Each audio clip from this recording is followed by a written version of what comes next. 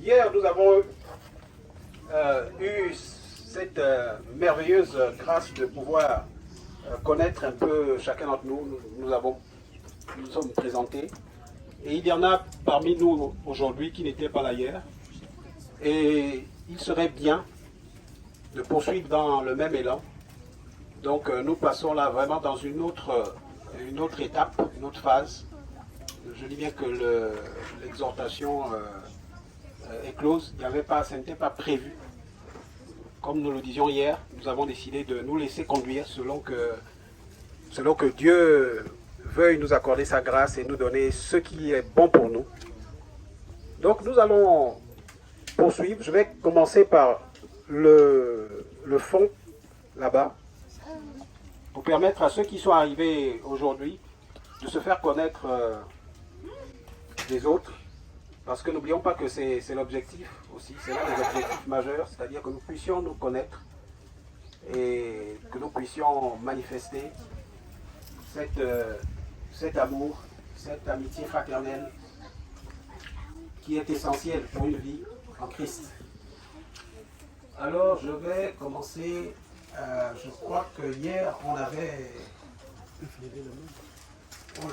déjà... Ce serait plus simple, parce qu'effectivement, il y a un frère qui vient de me chuchoter. Ce serait bien de lever la main. Donc, ce serait plus simple, juste pour que je puisse avoir une idée déjà des zones qu'il faudra traverser. Et ça me permettra d'aller vite. Et ça sera plus simple. Donc, alors, je ne vois pas de main levée ici. Si, là, je vois une main levée. Bonjour, c'est là. Donc, si vous pouviez, lorsque vous avez le micro, vous levez et vous présentez. Et pourquoi pas nous dire d'où vous venez. Ça permettra aussi éventuellement de savoir s'il n'y a pas des frères et sœurs dans le même secteur que vous. Et puis pourquoi pas, parce qu'on a constaté que beaucoup de frères et sœurs sont seuls, hein, là où ils se trouvent. Donc voilà, je vais te repasser le micro, chère sœur. Bonjour mes frères et sœurs, je m'appelle Pascaline Enda, je viens de Aulnay-sous-Bois et je suis à l'église de Paris. Je suis commune avec les frères et sœurs de l'église de Paris. Voilà. Tu es seule? Non, je ne suis pas seule, il y en a beaucoup ici. Et tu as avec les enfants, la famille? Ah oui, j'ai un mari, j'ai un enfant. Ils sont là? Non, ils ne sont pas là, je suis toute seule. Toute seule, d'accord. Merci. Merci.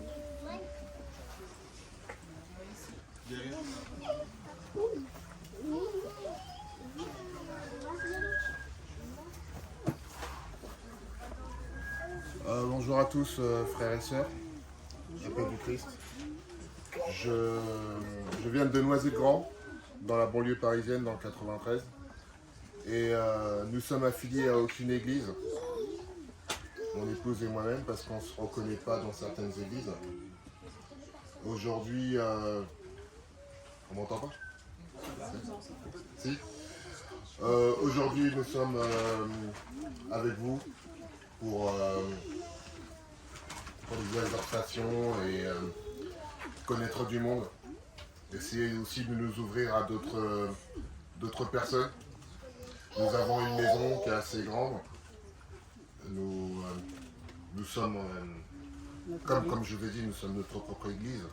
Donc du coup, je fais ce que je peux avec la parole de Dieu, par Jésus-Christ notre Seigneur, pour donner tout ce que je peux, l'enseignement à mes enfants, et puis avec mon épouse. Et nous suivons aussi le frère Georges sur Internet. Donc aujourd'hui, nous savions qu'il y avait depuis hier un rassemblement. Nous sommes là aujourd'hui devant vous. Voilà. Mon épouse, Barbara. Juste pour ajouter, nous avons 6 enfants. Donc nous sommes une famille nombreuse et nous avons aussi le grand-père de nos maris à la maison qui a 91 ans cette année. Donc voilà, donc nous restons encore dans la foi et puis nous essayons du mieux que possible de marcher avec Christ. Et je vais faire un petit témoignage quand même. D'accord. Non, c'est vite fait. Sauf que faut savoir que moi je sors d'une famille païenne. On ne connaît pas. J'ai pas connu Dieu. Je savais pas qui c'était. J'ai été embourbé dans... On a voulu me mettre aussi dans le... Je m'en connaissais pas de toute façon. Et du coup, j'ai accepté Dieu par le biais de ma femme justement. Donc aujourd'hui il y a eu cette exhortation. C'est par le biais de ma femme qui a été très simple, qui m'a montré, sans me dire, parce que moi de toute façon ça rentrait pas. J'étais hermétique à ça. Et du coup, petit à petit, je me suis mis moi-même et voilà, et ça fait quelques années. Moi j'ai vu Christ. Merci. Merci à tous. Merci. Gloire à Dieu.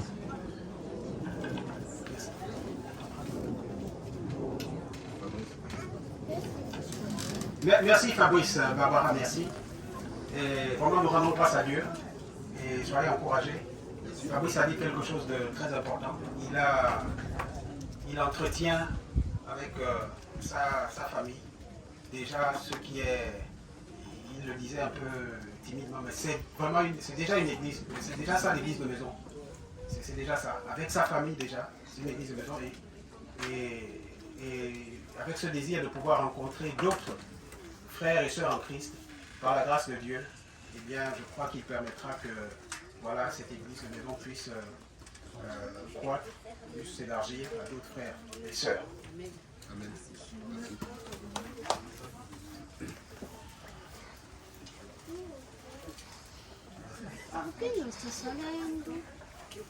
Bonjour, je m'appelle Christelle Togem et je viens de Pantin.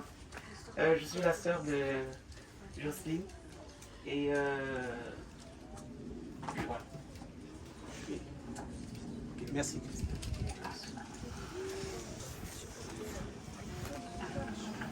Bonjour frères et sœurs, je suis émue.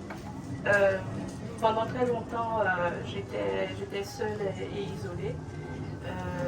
Et depuis cette année, j'ai rejoint l'église de Paris. Donc moi, c'est Tracy. J'habite à Noisy-le-Grand. Voilà. Je suis venue avec ma mère, ma fille. Voilà.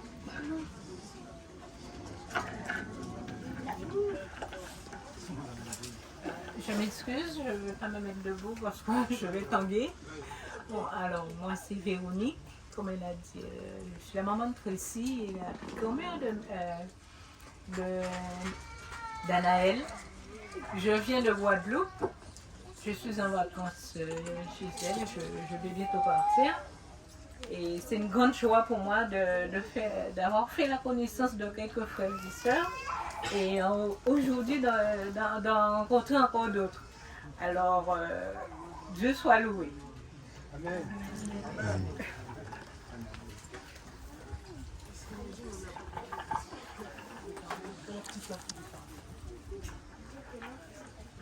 Il y a un petit peu quelque chose. Ça va?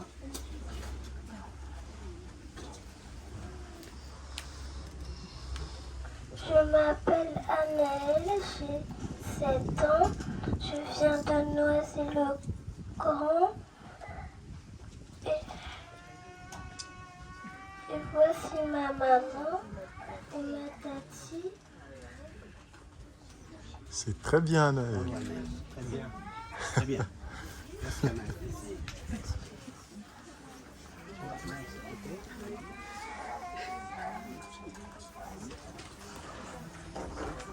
Bonjour, je m'appelle Candice, j'ai 9 ans. Ça c'est ma tata, c'est mon petit frère et ma maman. Très bien. Bienvenue, Candice.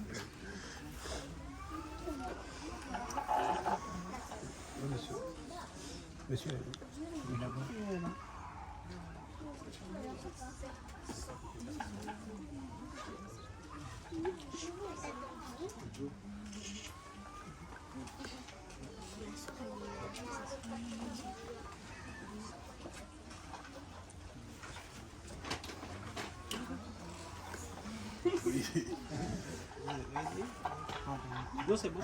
Bonjour les frères et sœurs, moi c'est Kodjo et c'est ma femme Virginie et j'ai mes enfants qui sont là aussi. Il y a Sam, Chris et Donna et on habite à Épinay-sous-Sénat. Oui, Épinay-sous-Sénat. D'accord, ok. Et je souhaite surtout bonne arrivée au frère Georges. Vraiment, en ton voyage, je vois le voyage missionnaire de Paul. Et que Dieu bénisse ta mission en France. Au nom de Jésus-Christ. Amen. Alors, bonjour à tous, frères et sœurs. Moi, je suis Virginie, l'épouse du frère Kodjo. Bien. Bonjour, moi je m'appelle Sam et je suis avec mon frère et ma soeur et mes parents. Bienvenue Sam. Bonjour, je m'appelle Chris, je suis avec ma mère et mon père et ma soeur Yessa. Très bien. Merci. Bonjour, je m'appelle Donna, j'ai 9 ans et je vis avec mon frère, mes 2 frères et mes parents. Bienvenue Donna.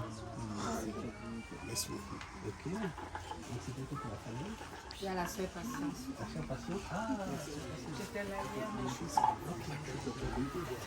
Bonjour. Merci. Moi, c'est la sœur Patience Lobel. Je suis en Île-de-France, en fait. J'étais là hier, mais je suis partie avant de me présenter. Voilà. Merci bien.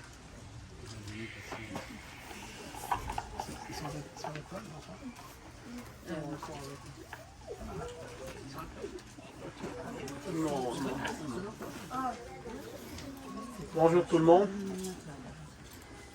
Je suis le frère Guy José et nous venons du côté du Luxembourg. Ah oui, voilà, désolé. Je suis le frère Guy José et je viens du côté du Luxembourg. Encore plus près.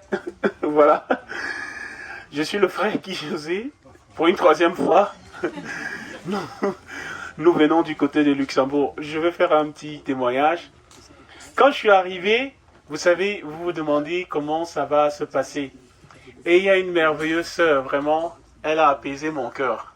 Elle s'appelle Sandrine. Elle est où, Sandrine? Ah, je ne la vois pas. La sœur Sandrine, ah, elle vient du côté de l'Allemagne. Et quand elle nous a vus, on sortait de la voiture, on s'est dit, comment ça va se passer? On ne connaît pas. Elle a ouvert ses bras, elle a dit, ah, José! Et je vous assure, ça a mis un baume dans mon cœur. Je me suis senti vraiment, j'ai senti toute la pression de mon cœur. J'ai dit, là, je suis au bon endroit. Ici, je suis à la maison. Donc, merci Sandrine. Ma femme, elle est là, elle s'occupe de nos filles derrière. Peut-être elle prendra la parole tout à l'heure. Nos enfants veulent aussi dire quelque chose, tu veux dire? Merci.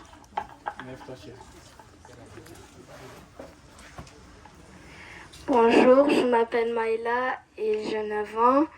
Je vis avec mes parents, mes 2 sœurs et mes 2 frères. Et oui, c'est tout ce que je voulais dire. Bienvenue Maëla.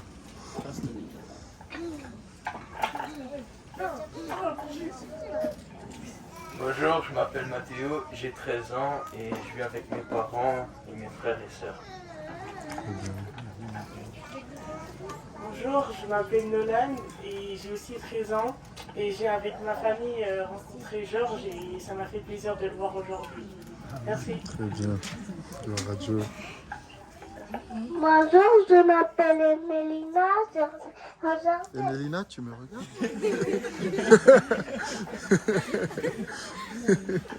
Bonjour, je m'appelle Shane et je vis à Pantin avec ma tata, ma maman, mon petit frère et ma grande sœur. Et j'ai 7 ans, j'habite à Pantin. Merci. Très bien.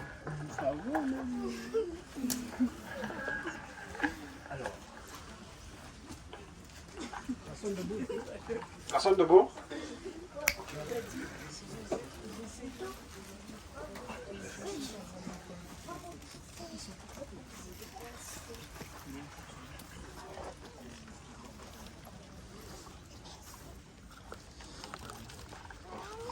Bonjour, bonjour. On m'entend? Ok. Dieu soit loué. Moi, pour ma part, je m'appelle Ismaël.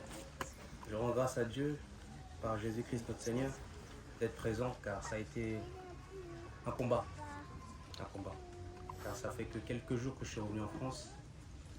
J'étais en voyage à Madagascar et l'opposition était grande. Beaucoup de problèmes. Mais je suis vraiment dans la joie d'être parmi vous et de louer l'Éternel avec vous. Et de rencontrer ceux qui m'ont connu par Zoom.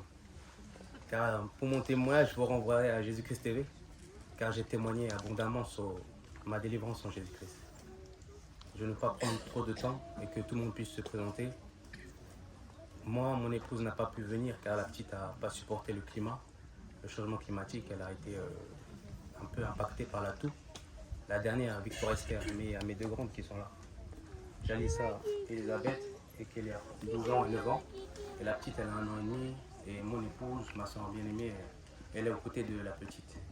Alors je suis encore dans la prière. Et j'espère par la foi être parmi vous encore avec toute ma famille demain. Alors gardez-nous en prière, car il y a de grands combats. Et souvent quand on est en voyage pour la famille et que Dieu amène un de ses petits disciples à parler de Jésus-Christ, la famille est frappée. C'est ce que je voulais vous dire.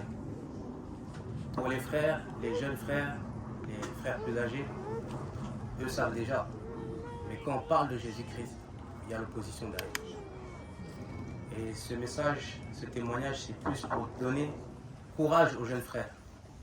Je vois qu'il y a les aînés dans la foi et ils travaillent.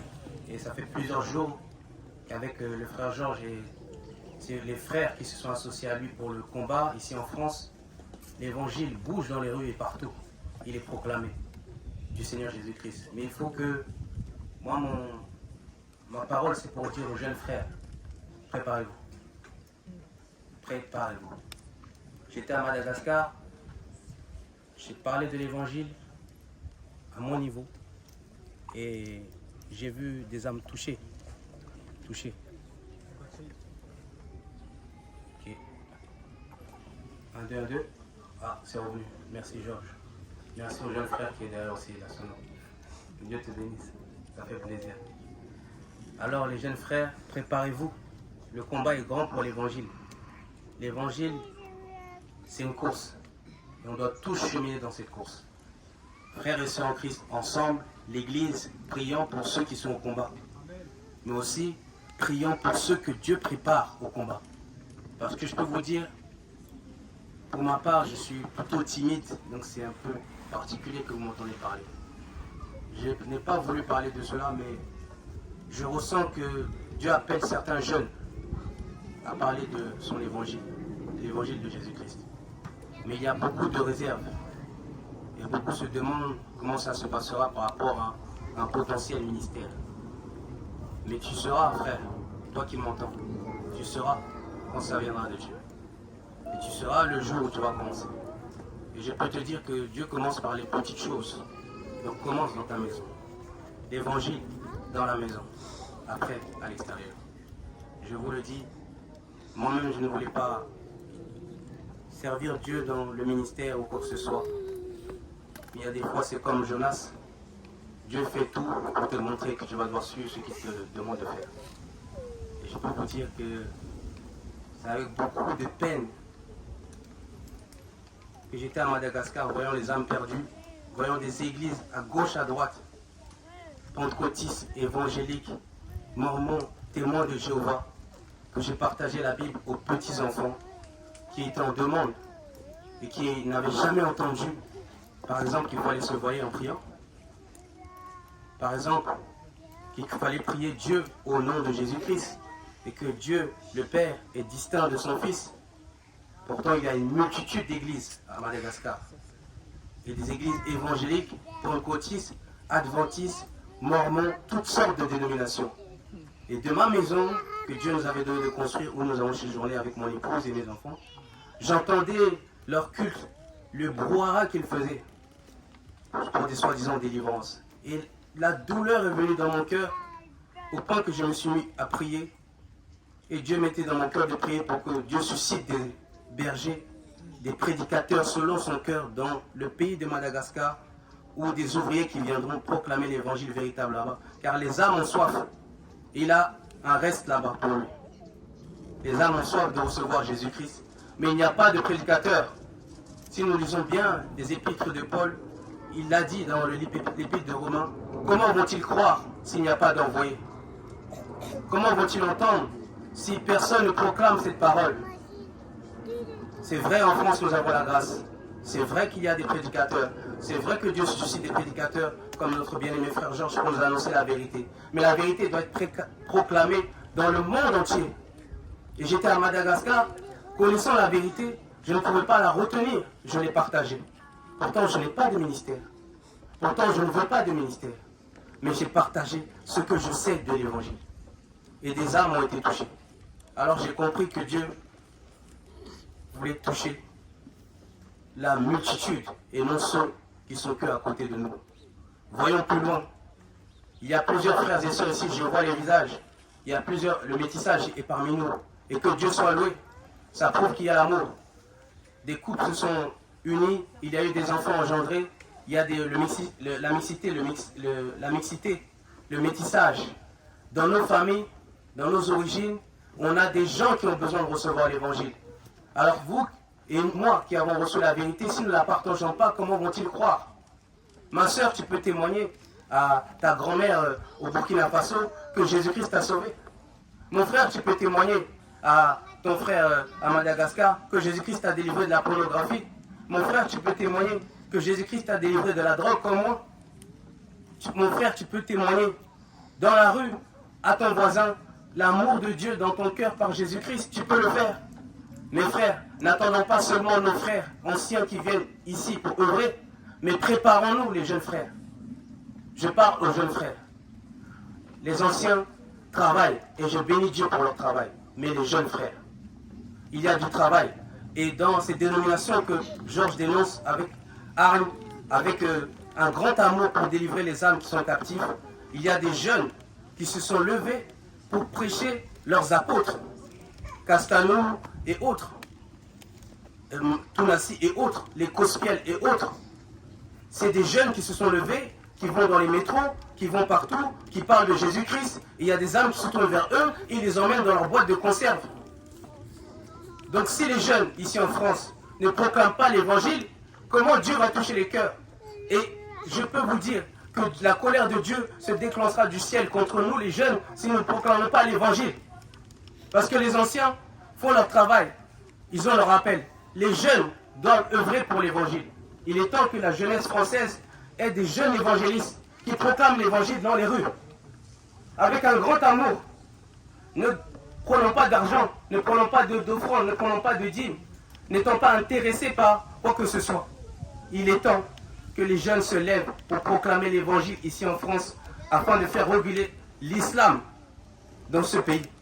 La mort dans ce pays, vous la voyez tous les jours. La mort est dans ce pays à travers les religions abominables comme l'islam ou le catholicisme. Mais nous savons que la religion numéro 1 dans ce pays, c'est l'islam. Alors il faut se battre contre cette religion qui est une horreur, une abomination. Mes frères, que Dieu vous bénisse, que Dieu nous garde, que Dieu nous aide. Je n'avais pas prévu de parler de cela, mais je parle aux jeunes gens. Et je crois que les jeunes gens comprendront mon message. Dieu soit loué. Amen, amen. Merci. Gloire soit rendue à Dieu. Jeunes gens, vous avez vaincu la révélation du Seigneur Jésus-Christ donnée à Jean. Dieu soit loué. Nous avons encore quelques personnes. Bonjour à tous. Alors moi c'est Isis, affectueusement appelée Alda par le frère Georges que je connais depuis ses débuts avec ma soeur Conforte. Donc moi je ne vais dans aucune église, je suis catholique, donc voilà. Merci pour ce moment de partage, c'est tout ce que j'avais à dire. Merci Isis. Sois la bienvenue. Alors, je ne sais pas si nous avons encore... nous avons quelqu'un. Oui, nous avons...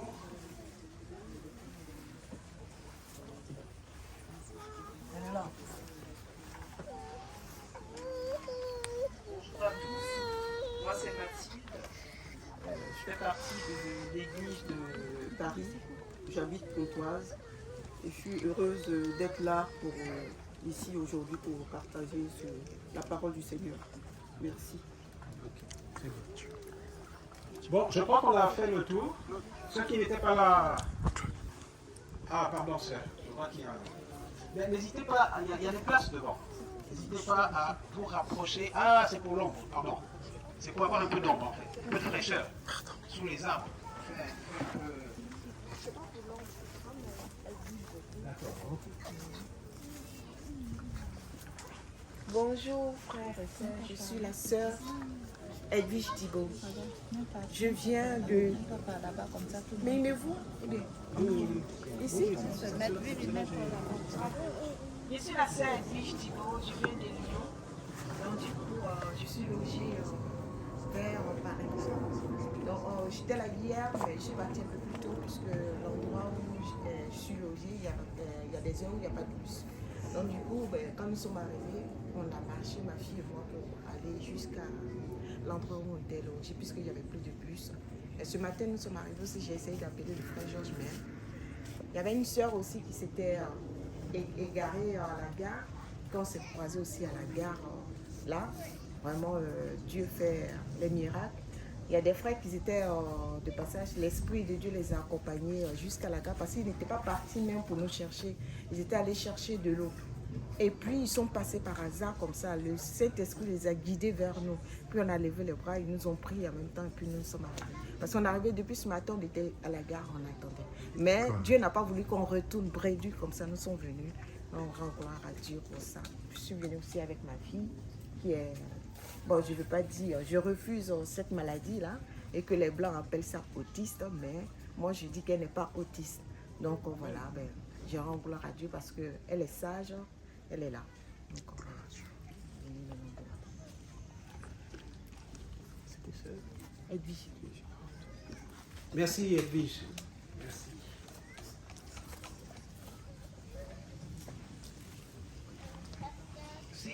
S'il y en a encore, il serait mieux qu'ils se lèvent. Ça sera plus simple. S'il y a des frères et sœurs encore.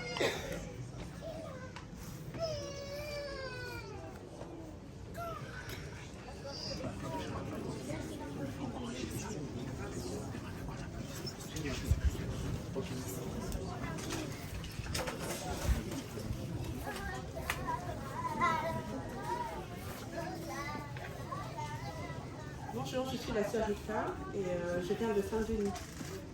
Je suis avec mes deux filles. Voilà. Merci. Merci Rita. Merci. Alors, j'ai noté une chose et c'est la conviction qu'il faut le mentionner. Pourquoi? Parce qu'il y a deux frères qui m'ont fait la même remarque. C'est un constat que j'ai fait juste après, mais vous l'avez tous fait. Je sais que ceux qui ont acclamé tout à l'heure, je sais dans leur cœur, c'était une manière certainement de rendre grâce à Dieu, sans doute. Mais je veux quand même le préciser, hein, c'est-à-dire quand on a de telles ovations, nous savons que nous rendons grâce à une chose, à Dieu, le Père, au nom de notre Seigneur Jésus-Christ. Donc soyons, quelquefois vous savez, on a une pulsion émotionnelle. Et donc nous devons éviter ça, nous devons savoir voilà, pourquoi nous le faisons. Et quelquefois il n'est même pas nécessaire de le faire en fait. Il vaut mieux le proclamer même à haute voix. Mais voilà, nous ne sommes pas en prison en Jésus-Christ. Il faut que nous sachions exactement ce que nous faisons et pourquoi nous le faisons. Alors, je crois qu'on a fait le tour. Je n'ai oublié personne. Nous n'avons oublié personne. Donc nous sommes censés nous connaître on verra bien demain si l'exercice sera accompli avec satisfaction. Ce qu'on va faire là, ça fait quand même un petit moment que nous parlons et qui a eu vraiment une exhortation qui était vraiment nécessaire. Nous allons faire une petite pause. Mais ce n'est pas comme hier, vraiment la longue pause qu'on a faite. On aura une pause dans, je vais dire, 1 heure. Et je regarde, permettez-moi de regarder l'heure. Il est 13h30, on va faire une petite pause quand même de 5 minutes. On va souffler 5 minutes pour qu'on puisse commencer avec les témoignages. Parce que les témoignages prendront du temps. On va faire 1 heure, 1h30 de témoignages et après on va avoir un temps pour la collation ensemble. Hein, on va mettre moins de temps qu'hier, encore une fois. Une collation vraiment chronométrée de 35 minutes. Voilà. Pas plus que ça. Parce que les témoignages, nous savons que ça prend du temps. Mais encore, pour les témoignages, il faudra respecter les règles. Hein, c'est vraiment quelques minutes, 5 minutes, pas plus, par témoignage, pour ceux qui ont des témoignages. Donc, arrangez-vous déjà à bien résumer ce que vous avez à dire, parce que quelquefois, on dit en 1 demi-heure ce qu'on peut dire en 10 minutes. On peut être clair et concis en 10 minutes. Donc là, on a 5 minutes. Donc, allez à l'essentiel. N'oubliez aucun détail parce que c'est important. On donne le témoignage. Le témoignage, c'est pour glorifier notre Seigneur, notre Dieu. C'est pour édifier les frères, les sœurs. Donc, c'est important. Hein, c'est important qu'on puisse rendre grâce à Dieu au travers des témoignages. Et il faut essayer d'être complet dans le témoignage pour qu'on puisse bien comprendre. Un témoignage peut aussi inspirer, par la grâce de Dieu, pourquoi pas un frère. Il y aura peut-être un message à donner. Donc, il faut vraiment être clair, concis, et de telle sorte que, si Dieu le permet, peut-être y aura-t-il quelques mots à dire, un verset à donner, pourquoi pas. Mais essayons d'être assez disciplinés. Hein, souvent, on le répète souvent, mais très souvent, on ne le respecte pas. Donc, assurons-nous tous à respecter ce que nous disons là en ce moment. Respectons le temps qui nous sera imparti. Donc voilà, donc 5 petites minutes, c'est même pas la peine de... Bon, si c'est peut-être pour un verre d'eau, pas plus, mais vraiment c'est 5 minutes. Dans 5 minutes, on reprend avec les témoignages.